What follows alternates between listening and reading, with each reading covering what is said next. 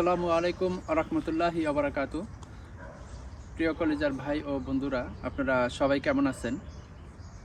আশা করি আলহামদুলিল্লাহ সবাই ভালো আছেন। আমিও ইনশাআল্লাহ আপনাদের দোয়ায় আল্লাহর রহমতে ভালো আছি। আমি বলছি নিলয় হাসান, ইতালি ভিসেন্সা থেকে। আজকে যেই বিষয়ে আমি কথাগুলো বলবো অবশ্যই আপনাদের উপকারে আসবে এবং কি হয়তোবা কিছুটা হলেও আপনাদের ভালো লাগবে। তা আমি সবসময় চেষ্টা করি যে আপনাদের কাছে যখনই আমি ভিডিও বানাই এবং কি ভিডিও দিই, তখন চেষ্টা করি যে যাতে একটা মানুষ একটা ভিডিও শুনে উপকার হয় একটা মানুষের, এবং কি সে যেন ভালোভাবে বুঝতে পারে। তা আমি সবসময় চেষ্টা করি যে ভালোভাবে আপনাদেরকে বোঝানোর জন্য। তো যাই হোক, আজকে আমি যেই বিষয়টা নিয়ে আমি ভিডিও করতে আসি সেই বিষয়টা হচ্ছে, আপনারা ইতিমধ্যে সবাই জানেন যে 2025 ফেব্রুয়ারিতে কাগজ জমা হবে, এবং হয়তোবা এটাও জানেন তারিখ সময় সবাই এখন বর্তমানে এগুলো জানে, কারণ এগুলো বলার কোনো কিছু থাকে না। তারপর আমি মনে করি আমার পক্ষ থেকে আপনাদেরকে জানানো দরকার, কারণ আমার ফ্রেন্ড ফলোয়ার অনেক আছে, অনেক ভাইরা আছে আমার জন্য হয়তো অপেক্ষা করে এবং কি আমাকে অনেকে মেসেজ করে বা জানতে চায়।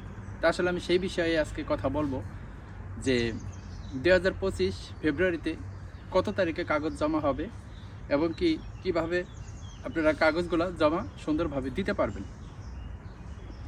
তো প্রথমে আমি বলবো, এই ফেব্রুয়ারির 5 তারিখে যে কাগজটা জমা হবে, ফেব্রুয়ারি 5ই ফেব্রুয়ারিতে যে কাগজটা জমা হবে সেই কাগজটা হচ্ছে আপনার স্পন্সর। তা স্পন্সর আপনারা অনেক ক্যাটাগরিতে আছে, স্পন্সর কাগজ আপনারা সেই হিসাবে দিতে পারেন।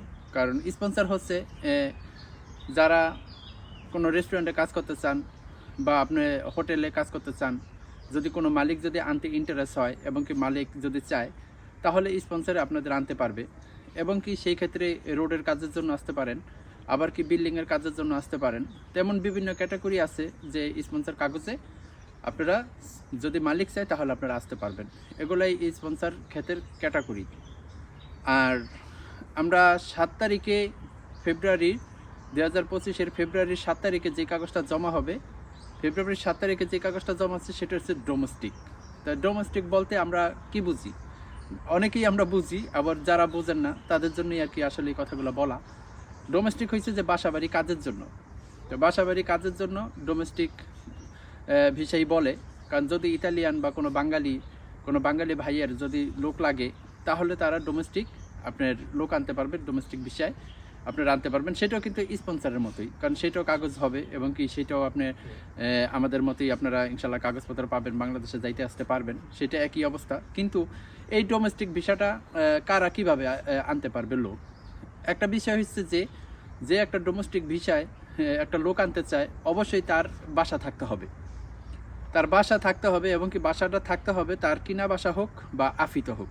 আফিত বলতে আমরা বুঝি যে ভাড়া বাসা, আর ভাড়া বাসা এখান থেকে যারাই নেয় তাদের কিন্তু একটা কন্ট্রাক্ট থাকে, ঠিক আছে? ওই কন্ট্রাক্ট তো অবশ্যই থাকতে হবে। আর যদি আপনার যদি নিজের বাড়ি কিনা হয়, তাহলে আপনার সেটা তো রেজিস্ট্রি করা, আপনি সেই দলিল অবশ্যই থাকতে হবে, আর কাগজ জমা দেওয়ার সময় সেগুলো শো করতে হয়। তো আসলে বাসাবাড়ি কাজের জন্য যদি কোনো ভাই যদি আনতে চায়, যদি তার এবিলিটি থাকে, তো এবিলিটি বলতে আমরা যেটা বুঝাইতে চাচ্ছি যে আমি এবিলিটি বলতে যে অবশ্যই আপনার কাজ থাকতে হবে, বাসা থাকতে হবে, এবং কি কাজের সাথে আপনার হৃদিত্ব থাকতে হবে। তো হৃদিত্বটা কি? হৃদিত্ব আমরা যেটা বুঝি, যেটা একটা বাৎসরিক আয় ব্যয়ের হিসাব, ঠিক আছে? তো প্রত্যেকটা মানুষের যারা এখানে চাকরি করে বা যারা একটা কাজ করে, হ্যাঁ, সবারই কিন্তু একটা বছরের একটা হিসাব থাকে। সেই হিসাবটা আপনার সরকারি ইয়াতেই বানানো হয়, সেটাকে রেদিত্ব মানে কুদ বলে, আমরা বাংলা ভাষায় আমরা যেটা কুদ বলি বা রেদিত্ব বলি। এবং কি আমরা আরও যদি সহজ করে বলতে চাই, মানে বাৎসরিক আয় ব্যয়ের হিসাব। যদি সেই বাৎসরিক আয় ব্যয়ের হিসাব থাকে আপনার 27,000 ইউরো থাকে বা 25,000 ইউরো, দুইজনে মিললে আপনারা সেটা ইচ্ছা করলে কাগজ আপনারা জমা দিতে পারবেন, ঠিক আছে? তো অবশ্যই আপনারা যদি ডোমেস্টিক কাগজে আসতে চান, তাহলে অবশ্যই তাদের 1 নম্বরে বাসা থাকতে হবে, 2 নম্বরে কাজ থাকতে হবে, 3 নম্বরে তাদের বাৎসরিক আয় থাকতে হবে। সেটা আয় আপনার বড় ধরনের একটা অ্যামাউন্ট হইতে হয়, সেটা 25-এর উপরে থাকতে হবে বা 27,000 ইউরো এরকম আপনার থাকতে হবে। তো তাহলে দেখা গেছে যে আপনি একটা লোকের জন্য অ্যাপ্লাই করতে পারবেন। এখন অ্যাপ্লাই যেন আপনি করবেন, ঠিক আছে, আপনার বাসা আছে বা আপনার কাজ আছে, আপনার রেদিত্ব আছে, আপনার সব আছে, কিন্তু আপনার বাসায় থাকার মতো কোনো পোস্ত নাই, মানে বাসায় থাকার মতো কোনো লোকের জায়গা নেই। তো সেই লোকের জায়গা নেই বলতে আমরা কি বুঝি, যেমন একটা রেসিডেন্ট কার্ড আমরা বাংলাদেশে যেভাবে আমি বুঝাইতে চাইতেছি যে বাংলাদেশে যেমন একটা ভোটার আইডেন্টি কার্ড বা এনআই কার্ড আমরা যেটা বলি, ওই ভোটার আইডেন্টি কার্ড দেখা গেছে যে এই জায়গার আর কি আপনার এটা রেসিডেন্ট কার্ড বলে। তা এই রেসিডেন্ট কার্ডটা অবশ্যই আপনার বাসার ভিতরে এটা থাকা লাগবে, এই পোস্টটা থাকা লাগবে, মানে এই সিটটা থাকা লাগবে যে একটা লোক আমি আনবো, তারে আমি পরবর্তীতে সে এখানে আসার পরে তারা থাকার জায়গা করে দিতে পারবো এবং কি তাকে রেসিডেন্ট কার্ড করে দিতে হবে। তো রেসিডেন্ট কার্ড এটা পরের সাবজেক্ট, কিন্তু আমরা যেটা বলি আলোচ্য, ঠিক আছে, আলোচ্য আমরা যেটা বলি অবশ্যই আলোচ্যটা আপনার থাকতে হবে। তো আলোচ্যটার পোস্টও আপনার অন্তত একটা খালি থাকতে হবে। এটা যারা ইটালিতে যে বাইরে আছে তারা এই জিনিসগুলো অবশ্যই বুঝবে, হয়তো বা আমাদের বাংলাদেশি বাইরে অনেকেরা বোঝে। আর যারাই এখানে কাগজ জমা দেবে অবশ্যই তাদের কিন্তু আলোচ্যটা লাগবে। আলোচ্য লাগবে যে বাসার পোস্টও, মানে আপনি যে একটা লোক আনতেছেন তারে আনার মতো ওই জায়গাটা আপনার আছে কিনা, ওই কাগজটা কি আপনি তারে কইরা দিতে পারবেন কিনা, বা আপনার আদৌ কি আপনি সেই বাসা দিয়ে ওই আলোচ্যটাকে উঠাইছেন কিনা, ঠিক আছে। অবশ্যই আপনার এই জিনিসগুলা আপনার জানা থাকতে হবে। তো আপনারা অবশ্যই বুঝতে পারছেন যে 5 তারিখে আপনারা যে স্পন্সর কাগজ, এবং কি আমি এটা 7 তারিখের কথা বললাম যে ডোমেস্টিক, আর এখন আমি যেটা বলবো যে 12 তারিখে 2025 12ই ফেব্রুয়ারি যে কাগজটা জমা হবে সেটা হচ্ছে আপনার এগ্রিকালচার। তো এগ্রিকালচার কাগজটা যদি আপনার জমা হয় সেই ক্ষেত্রে দেখা গেছে আমরা সবাই এখন জানি বর্তমানে যে এগ্রিকালচার মানেটা কি, এটা আমরা সবাই জানি। তারপর আমি আবারও বলছি যারা নতুন বা যারা জানে না, আমি তাদের জন্য হয়তো বা ভাইদেরকে বলছি যে এগ্রিকালচার আমরা বাংলা কথায় বুঝি, সেটা হচ্ছে আপনার এগ্রিকালচার, ঠিক আছে। এগ্রিকালচার হলে আপনার মনে করেন কৃষিকাজের জন্য আপনারা আসতে পারবেন, এবং কি কৃষিকাজের যারা কাগজগুলো জমা দেয় এগুলো পাওয়ার সম্ভাবনা 80% এবং কি 90%ই থাকে।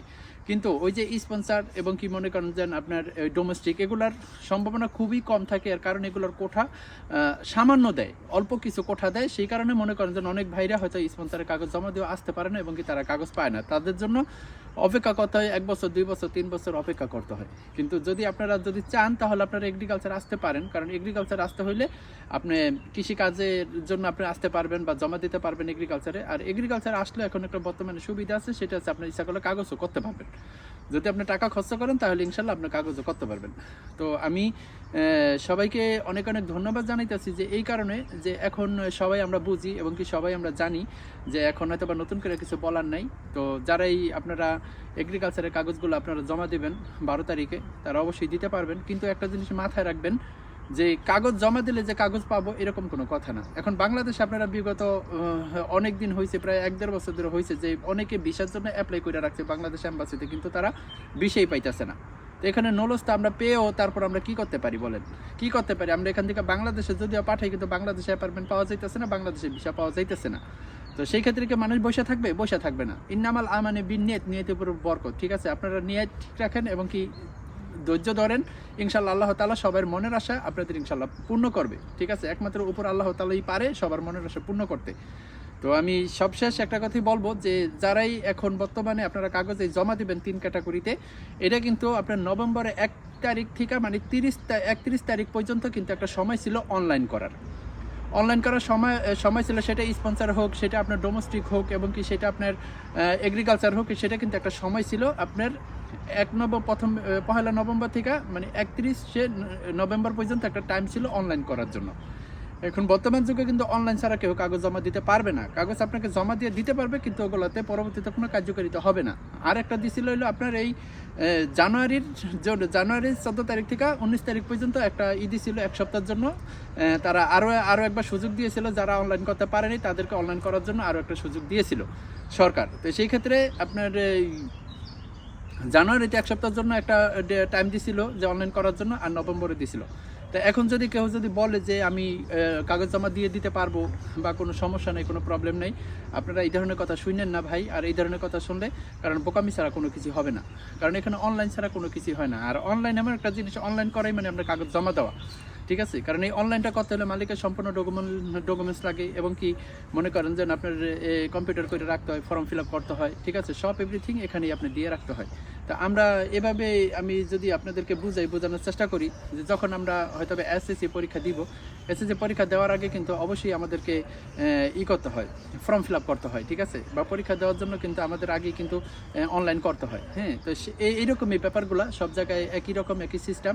যদি কেউ আপনাদেরকে বলে যে না আমি পারবো এখন কাগজ জমাইতে, কোনো সমস্যা নেই, ঠিক আছে, কিন্তু তাহলে এটা ভুল ধারণা। হ্যাঁ, আপনারা পারবেন, যেটা আপনার এই 5 তারিখে আপনার যে স্পন্সর কাগজটা জমার কথা, ঠিক আছে, আপনি 5 তারিখের পরে অনলাইন করে আপনি জমা দিতে পারবেন। যেটা 7 তারিখ আছে 7 তারিখের পরে অনলাইন করে আপনি ডোমেস্টিকের জন্য অ্যাপ্লাই করতে পারবেন। এবং কি 12 তারিখের পরে, 12 তারিখের পরে আপনারা আবার নতুন করে আপনারা অনলাইন করে তারপর কিন্তু আপনারা চাইলে আবার কাগজ জমা দিতে পারবেন, তার জন্য কোনো সমস্যা নেই। কিন্তু আপনাদের অ্যাপ্লাই করতে হবে, সেটা পারবেন কাগজ ডিক্লেয়ার হওয়ার পরে, ঠিক আছে।